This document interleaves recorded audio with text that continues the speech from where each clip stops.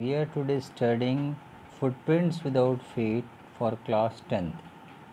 The story name is The Making of a Scientist. It has been prepared by Robert W. Patterson. Now, in this story, Richard A. Bright and the second one is especially he invents something new in the biological field. We'll discuss about this and know the story.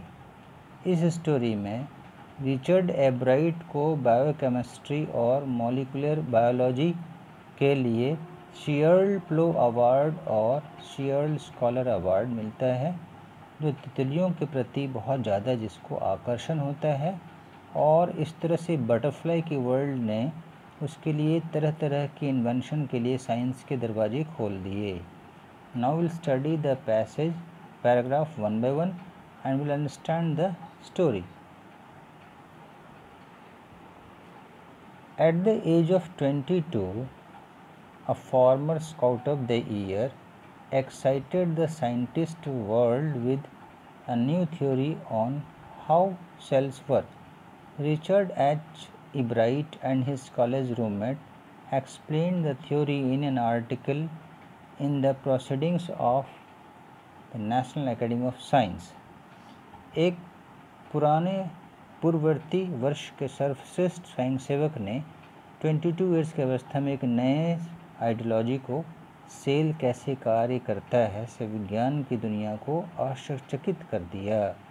Richard H bright तथा उसके college के एक सहपाठी ने इस सिद्धांत को, इस थ्योरी को विवरण का विज्ञान की राष्ट्रीय अकादमी की कार्यवाहियाँ नामक पत्रिका में दी.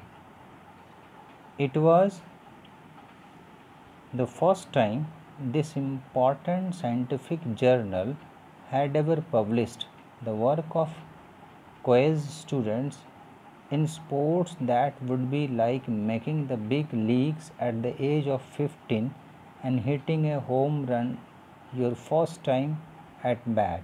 For Richard E. Bright, it was the latest in a long string of achievements in science and other fields, and it all started with butterflies. ऐसा पहली बार हुआ था जब विज्ञान की इस महत्वपूर्ण पत्रिका ने किसी कॉलेज छात्र के कार्य को छापा था. खेल की दुनिया में यह ऐसा ही था जैसे किसी खिलाड़ी का चयन उसकी 15 वर्ष की आयु में किसी बड़े मैच के लिए कर दिया जाए और पहली बार बैटिंग करते समय वो खिलाड़ी एक्स्ट्रा रन प्राप्त कर ले.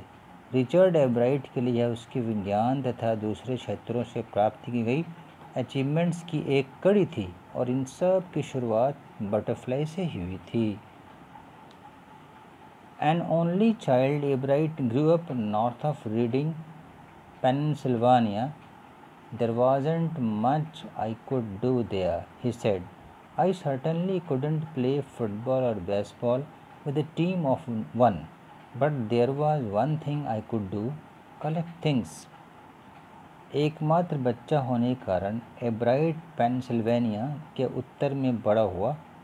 वहाँ मेरे करने के लिए कुछ ज़्यादा नहीं था. वो ऐसा कहा करता था कि उसके लिए और कुछ कोई काम नहीं, वो कुछ कर नहीं सकता. निश्चित रूप से मैं किसी फुटबॉल या बेसबॉल की टीम से खेल नहीं सकता था, लेकिन एक चीज़ थी जो मैं कर सकता था, चीज़ों को इकट्ठा करना. ये उनकी सोच थी. Now so he did and did her ever. Beginning in kindergarten, a bright collected butterflies with the same determination that has marked all his activities. He also collected rocks, fossils and coins. He became an eager astronomer, too, sometimes stargazing all night. यही उसने किया और करता रहा. Kindergarten की कक्षा में आरंभ करते हुए एब्राइट ने तितलियों को उसी दृढ़ निश्चय के साथ पकड़कर इकट्ठा किया जिससे उसकी सारी एक्टिविटी को चिन्हित किया गया. उसने पत्थर, जीवाश्म, फॉसिल को और कॉइन्स तरह तरह के इकट्ठे किए. कभी कभी सारी रात तारों को देखते देखते वो एस्ट्रोलॉजर की तरह बन गया. From the first, he had a driving curiosity along with a bright mind. He also had a mother who encouraged his interest in learning. She took him on trips, bought him telescopes, microscopes, cameras, mounting materials, and other equipment, and helped him in many other ways. पहली कक्षा से ही उसके अंदर एक कुशाग्र दिमाग के साथ उत्सुकता भी थी। उसकी माँ ने भी सीखने की उसकी रुचि को प्रोत्साहित किया, इंस्पायर्ड किया। वह उसको यात्राओं पर ले गई, उसको माइक्रोस्कोप, सूक्ष्मदर्शी, दूरबीन, कैमरे, पर्वत पर चढ़ने के लिए आवश्यक वस्तुएं तथा अन्य औजार खरीद कर दिए और दूसरे कई तरीकों से उसकी मदद की। I was his only companion until he started school, his mother said. After that I would bring home friends for him, but at night we just did things together. Richie was my whole life after his father died when Richie was in 3rd grade. उसकी माँ आगे कहती है कि जब तक उसने school जाना शुरू नहीं किया तब तक मैं उसकी इकलौती साथी मित्र थी। उसकी माँ ने ऐसा बताया। उसके बाद मैं उसके लिए कई दोस्तों को घर ले आई, पर रात में हम इकट्ठे रहते थे। रिची के पिता की मृत्यु के बाद से रिची ही मेरा सब कुछ था, ऐसा उसकी मदर ने कहा। She and her son spent almost every evening at the dining room table. If he didn't have things to do, I found work for him.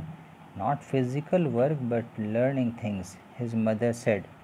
He liked it, he wanted to learn.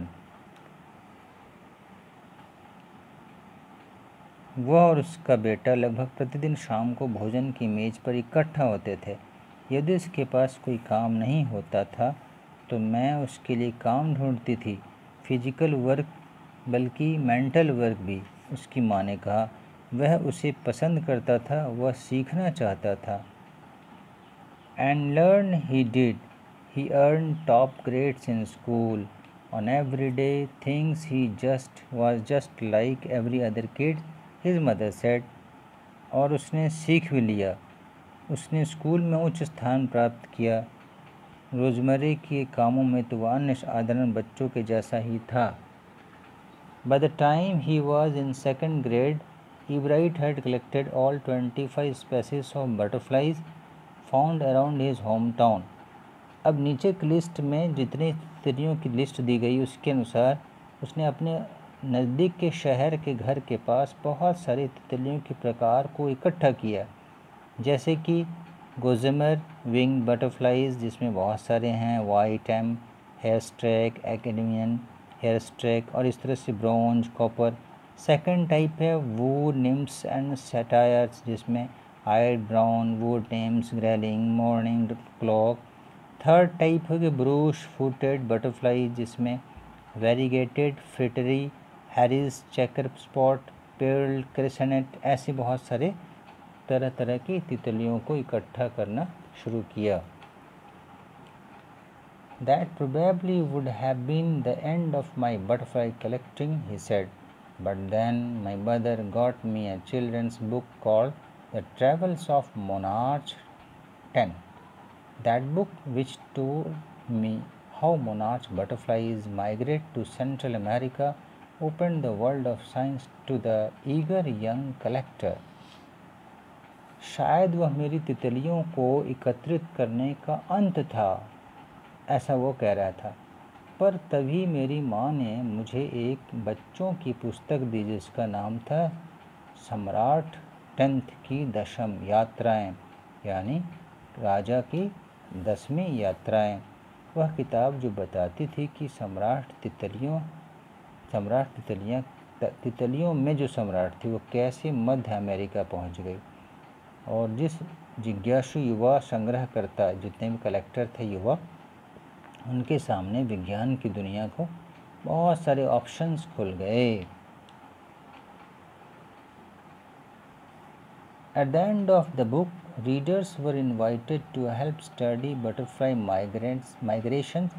They were asked to tag butterflies for research by Dr. Frederick A. Urquhart of the University of Toronto, Canada.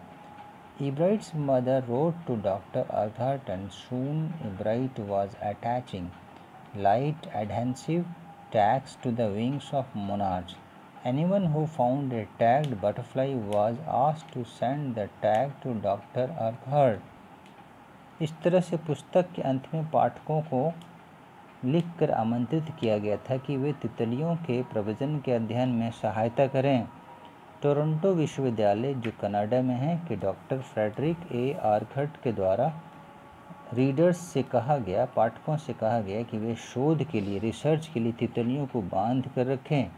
एब्राइट की मां ने doctor आर्कहर्ट को पत्र लिखा और जल्दी ही एब्राइट सम्राट तितलियों के पंखों में गोंदयुक्त धागे बांधने लगे। जो किंग बटरफ्लाई, उसके पंखों में गोंदयुक्त धागे बांधने लगे। जिस किसी को भी कोई बंधी हुई तितली मिलती थी, उससे कहा जाता था कि वह उस तितली को डॉक्टर आर्कहर्ट के पास पहुंचा दे। The butterfly collecting season around reading lasts 6 weeks in the late summer.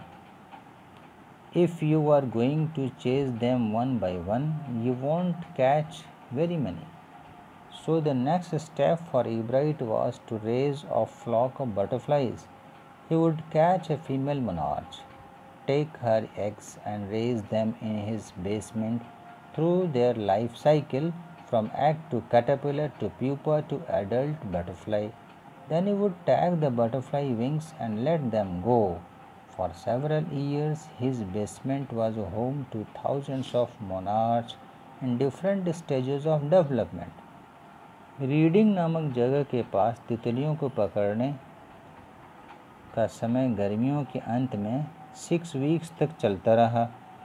यदि आप उन्हें एक एक कर पकड़ेंगे तो ज़्यादा तितलियों को पकड़ नहीं पाएंगे। इसलिए एब्राइट का अगला कदम तितलियों के झुंड को पकड़ना था।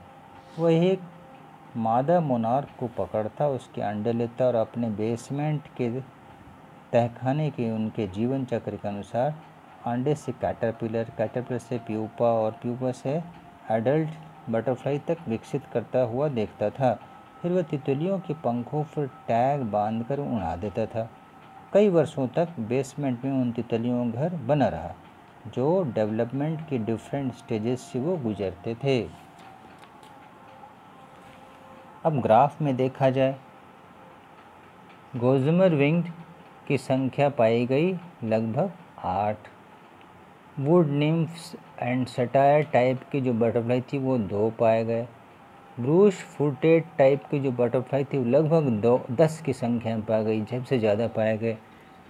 वाइट सैंड सल्फरस नामक टाइप के जो बटरफ्लाई थी वो 3 संख्या में पाए गए।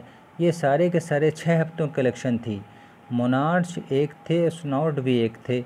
ये सारे 6 हफ्ते के बटरफ्लाई कलेक्शन थी। Eventually I began to lose interest in tagging butterflies. It's tedious and there is not much feedback, Ebright said. In all the time I did it, he laughed. Only 2 butterflies I had tagged were recaptured, and they were not more than 75 miles from where I lived. अंततः तितलियों के पैर में tag बांधने की मेरी जो interest थी वो धीरे धीरे कम होती चली गई। काफ़ी उबाऊ काम था, बेकार काम था। एब्राइट ऐसा सोचते थे। इतने समय तक जो मैंने किया, उसने हंसते बताया, सिर्फ 2 ही तितलियाँ वापस पकड़ी जा सकी, जिनके पंख पर मैंने टैग लगाया था, और वो मेरे रहने की जगह से 75 मील से ज़्यादा दूर नहीं थी। तो ये तो थे पार्ट 1 स्टोरी की। जल्द ही सेकंड पार्ट हम लोग पढ़ेंगे और कुछ क्वेश्चन आंसर हैं वो भी मिलेंगे आपको। ओके।